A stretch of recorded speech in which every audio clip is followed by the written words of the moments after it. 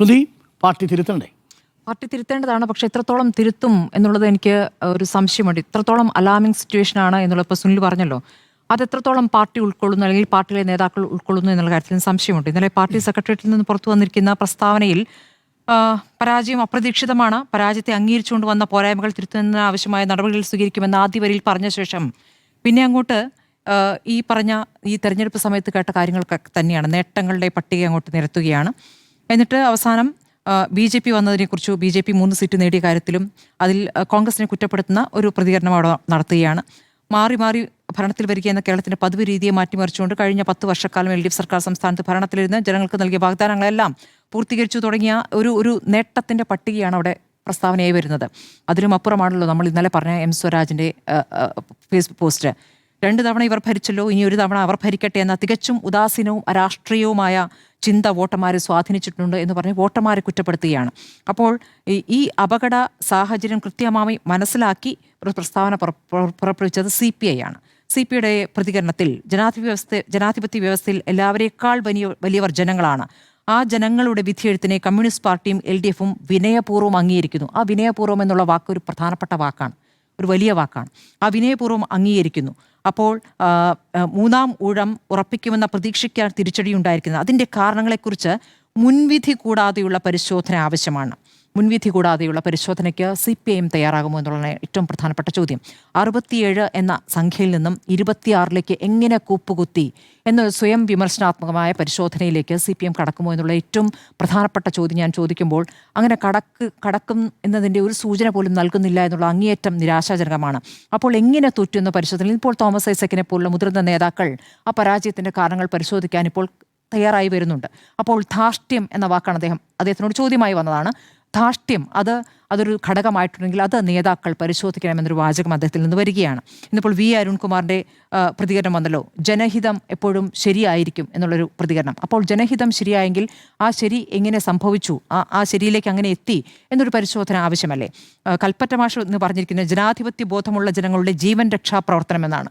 അപ്പോൾ ഒരു ജീവൻ രക്ഷാപ്രവർത്തനത്തിലേക്ക് വരേണ്ട രീതിയിൽ ജനങ്ങൾ അത്രത്തോളം ആശങ്കപ്പെടുന്ന ഒരു കാലമായിരുന്നു ഈ 10 വർഷം എന്നൊരു ചോദ്യം വരുന്നുണ്ട്. ആദ്യത്തെ 5 വർഷം അങ്ങനെയായിരുന്നു എന്ന് എനിക്ക് അഭിപ്രായമില്ല. പക്ഷേ ഒരു തുടർ ഭരണം ഒരു കോവിഡ് പോലുള്ളൊരു മഹാമാരിയിൽ സംഭവിച്ച ഒരു രക്ഷകർ ആയി നിൽക്കുന്നു എന്നുള്ള തോന്നൽ നൽകിയ തുടർഭരണമാണ്.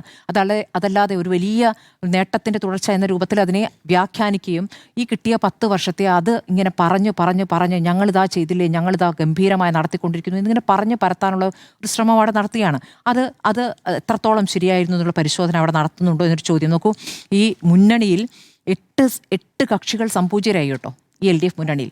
അതിൻ്റെ ഉത്തരവാദിത്വം CPIMനാണെന്നാണ് ഞാൻ കരുതുന്നത്. ഏത് പാർട്ടിയാണോ നയിക്കുന്നത് ആ പാർട്ടിക്കാണ് അതിൻ്റെ ഉത്തരവാദിത്വം. ഇവിടെ നയിച്ചത് പിണറായി വിജയനാണ്. ഈ പിണറായി വിജയനാണ് തുടർഭരണത്തിന് കാരണക്കാരനായത് എന്ന് പറയുമ്പോൾ ഈ പരാജയത്തിൻ്റെ കാരണക്കാരനും പിണറായി വിജയനാണ്. ഈ 100 മീറ്റർ അകലത്തിൽ വന്നുകൊണ്ടിരുന്ന ഈ കൂറ്റൻ ഹോർഡിങ്ങുകൾ, ആ ഹോർഡിങ്ങുകൾക്ക് വന്ന നിഷേധ വോട്ടുകൾ എത്രയാണെന്ന് പരിശോധിച്ചിട്ടുണ്ടോ?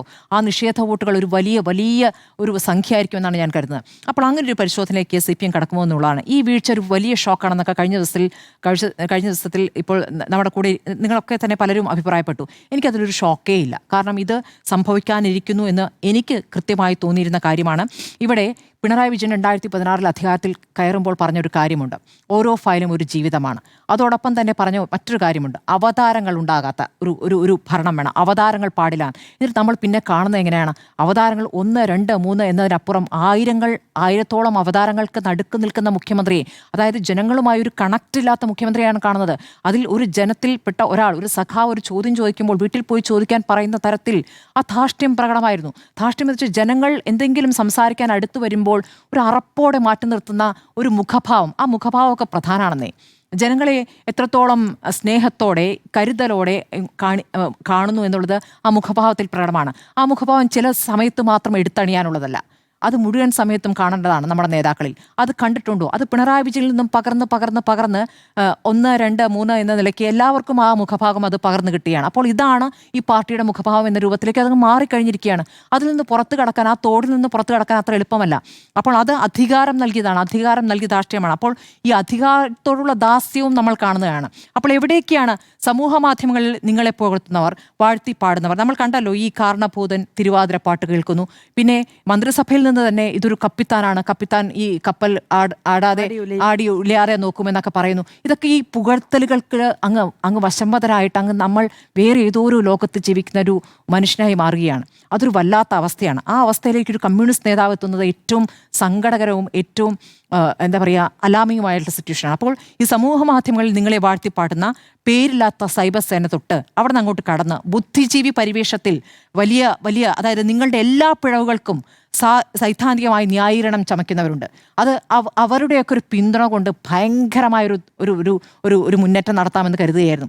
അവരിങ്ങനെ എന്ത് പിഴവ് സംഭവിക്കുമ്പോഴും അതിനെ വിമർശിക്കുന്നവർക്കെതിരെ വല്ലാത്ത രീതിയിൽ ആക്രമണം തൊടുത്തുകൊണ്ട് അതിൽ സൈദ്ധാന്തിക ഭാഷ ചമച്ചു വരും. അപ്പുറത്ത് സൈബർ ആക്രമണത്തിൻ്റെ ഭാഷ മറ്റൊന്നായിരിക്കും. ഇത് രണ്ടും ചേരുമ്പടി ചേർത്തുകൊണ്ട് ഒരു മുന്നോട്ട് പോക്കാണ്ടിട്ട് അപ്പോൾ അങ്ങനെ അങ്ങോട്ട് മുന്നോട്ട് പോയാൽ അതങ്ങനെ കാലാകാലം പോവാം എന്നൊരു തോന്നലായിരുന്നു. ആ രൂപത്തിലാണ് മുന്നോട്ട് പോയത്. ഇപ്പോൾ അതിൽ ചിലർക്കെങ്കിലും കുറച്ച് കഴിഞ്ഞപ്പോൾ ഈ തെരഞ്ഞെടുപ്പ് കഴിഞ്ഞ ശേഷം ഒരു പുനർവിചിന്തനം ഉണ്ടാകുകയും അത് പതുക്കെ അങ്ങനെ ലക്ഷണങ്ങൾ കാട്ടി തുടങ്ങിയത് അത് ഒരു നേതാവ് കൊണ്ടുവന്ന കുഴപ്പമാണ് എന്ന രൂപത്തിൽ പിണറായി വിജയനാണ് കുഴപ്പം എന്നത് പതുക്കെ പറയുന്നത് നമ്മൾ കാണാമായിരുന്നു. ഇനി അടുത്ത താവളത്തിലേക്ക് അവർ പോകാൻ കാത്തിരിക്കുകയായിരിക്കും. ആ താവളത്തിലേക്ക് അവരെ കയറ്റി കഴിഞ്ഞാൽ അവർക്കും ഇതായിരിക്കും വിധി എന്നുള്ള കാര്യം ഞാൻ ഓർമ്മിപ്പിക്കുകയാണ്. അപ്പോൾ ഈ രൂപത്തിൽ അപ്പോൾ അധികാരത്തിലുള്ള ദാസ്യം അതുപോലെ ഈ സ്ത്രീപക്ഷ ചിന്ത നമ്മൾ വിചാരിക്കും എല്ലാ പീഡിതർക്കും ഒരു രക്ഷകനായി അവിടെ മുഖ്യമന്ത്രി ഉണ്ടാകുമെന്ന് കരുതുമ്പോൾ നമ്മൾ എന്താണ് കണ്ടത്?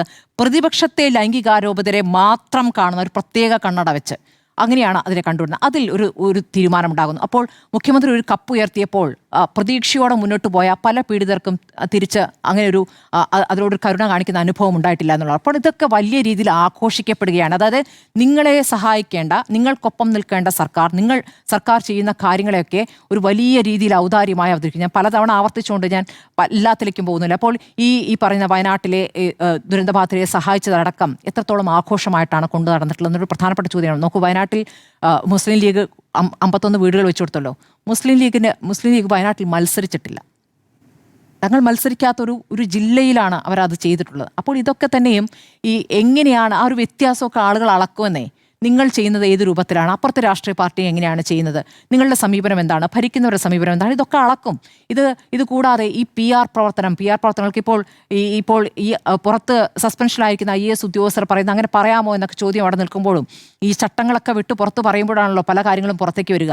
അങ്ങനെ പുറത്തേക്ക് വന്നതിൽ 200-300 കോടിയൊക്കെ ഈ PR പ്രവർത്തനങ്ങൾക്കായി തന്നെ ഈ സർക്കാർ ഉപയോഗിച്ചു എന്ന് പറയുമ്പോൾ ഞെട്ടിക്കുന്നതാണ്. അതൊക്കെ ജനങ്ങൾക്ക് വേണ്ടി ഉപയോഗിക്കേണ്ട തുകയായിരുന്നു. അപ്പോൾ ജനങ്ങൾക്ക് കിട്ടേണ്ട ജനങ്ങളുടെ നികുതി പണം അത് ഏതൊക്കെ വിധത്തിൽ ഈ രൂപത്തിൽ കാര്യങ്ങൾക്കായി പോയിട്ടുണ്ട് എന്നുള്ള ചോദ്യം. അപ്പോൾ ഇവിടെ BJP 3 വിജയിക്കുമ്പോൾ അത് CPM-ന്റെ സീറ്റുകളിലാണ് BJP വിജയിച്ചിരിക്കുന്നത്. ഇത് പടിപടിയായി എല്ലായിടത്തും BJP കടന്നു കയറുന്നത് ഇങ്ങനെയാണെന്ന് നമുക്കറിയാത്തതല്ലോ. പല സംസ്ഥാനങ്ങളിൽ നമ്മൾ കണ്ടിട്ടുള്ളതാണല്ലോ. അപ്പോൾ എല്ലായിടത്തും അത് സംഭവിക്കുമ്പോഴും ഇവിടെ അത് നമ്മൾ സംഭവിക്കില്ല എന്ന് നമ്മൾ പ്രതീക്ഷിച്ചു. പക്ഷേ ഇവിടെ അതിപ്പോൾ സംഭവിച്ചിരിക്കുന്നുള്ളത് ആശങ്കപ്പെടുന്ന കാര്യമാണ്. പല പ്രതികരണങ്ങളും BJP നേതാക്കളാണോ നടത്തുന്നത്, CPM നേതാക്കളാണോ എന്ന് സംശയിച്ചു പോകും. ഒരു വ്യത്യാസവും ഉണ്ടായിരുന്നില്ല. അത്തരം വർഗീയ പ്രതികരണങ്ങൾ ഇവിടെ നടത്തിയിട്ടുണ്ട്. മുസ്ലിം ന്യൂനപക്ഷത്തിനെതിരെ മുസ്ലിം ലീഗിനെതിരെ നടത്തിയ പ്രതികരണം, ലീഗിനെതിരെയും അങ്ങനെ പറഞ്ഞുകൂടാ. മുസ്ലിം ലീഗിൽ എന്ന് പറഞ്ഞ കമ്മ്യൂണിസ്റ്റ് നേതാക്കൾ നമ്മളെ ഞെട്ടിച്ചതാണ്. ലീഗ് ഒരു പുതിയ പാർട്ടിയാണോ? എത്ര കാലമായി ഇവിടെ പ്രവർത്തിക്കുന്ന പാർട്ടിയാണ്? അത് നമ്മൾ കേട്ടില്ലേ? അത് AK ബാലൻ ഇവിടെ പറഞ്ഞില്ലേ, ആഭ്യന്തര വകുപ്പ് ഇവിടെ ജമാഅത്തെ ഇസ്ലാമി ആയിരിക്കും കൈകാര്യം ചെയ്യുക എന്ന്.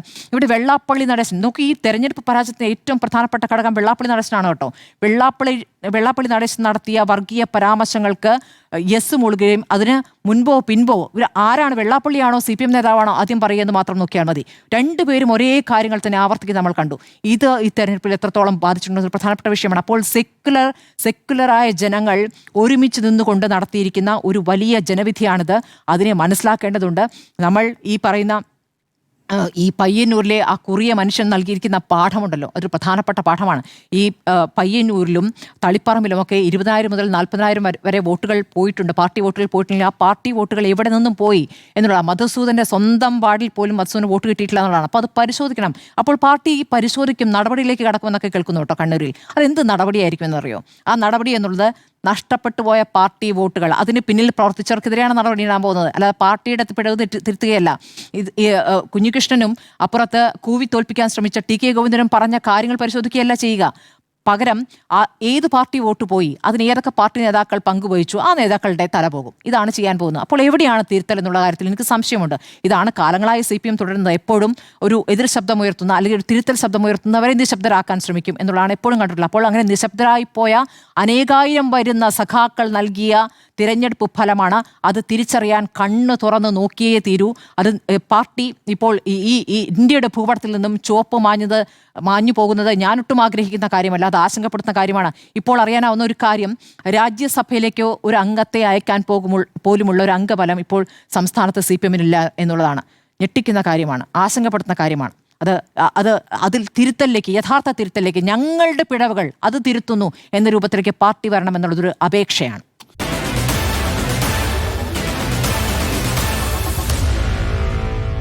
Meet the editors.